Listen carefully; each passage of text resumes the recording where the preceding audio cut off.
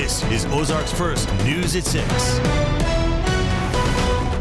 Thanks for joining us tonight at 6. Local union workers are on strike today outside Fort Leonard Wood. They're not protesting the installation, but rather their company, who's contracted through the post for several different services. Ozarks First, Parker Paget was at the base today and spoke with those fighting for higher wages. Today, union workers for a New Mexico-based company are on strike outside Fort Leonard Wood. It's a move that many felt was needed when negotiations for higher wages went south.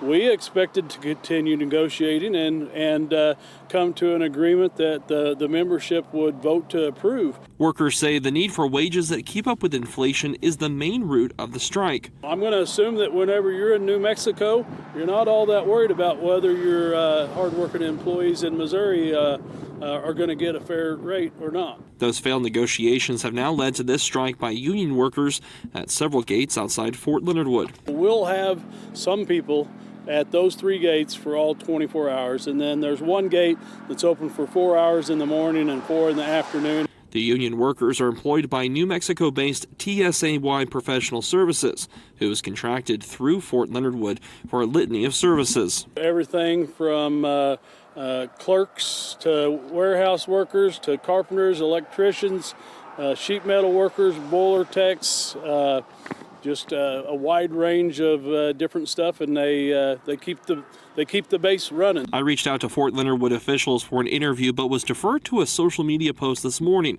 that acknowledged the strike and says they'll work to address emergency and priority service calls, but says there may be a delay in response times.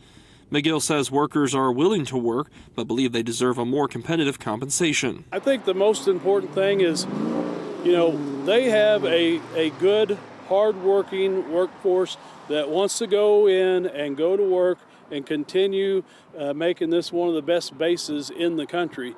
And all they expect is to be allowed to make the same money they're making now at an inflation-adjusted rate. McGill says he and others are prepared to be on strike as long as needed, but hopes the company and the union can come to terms soon. Reporting outside Fort Leonard Wood, Parker Paget, Ozarks First.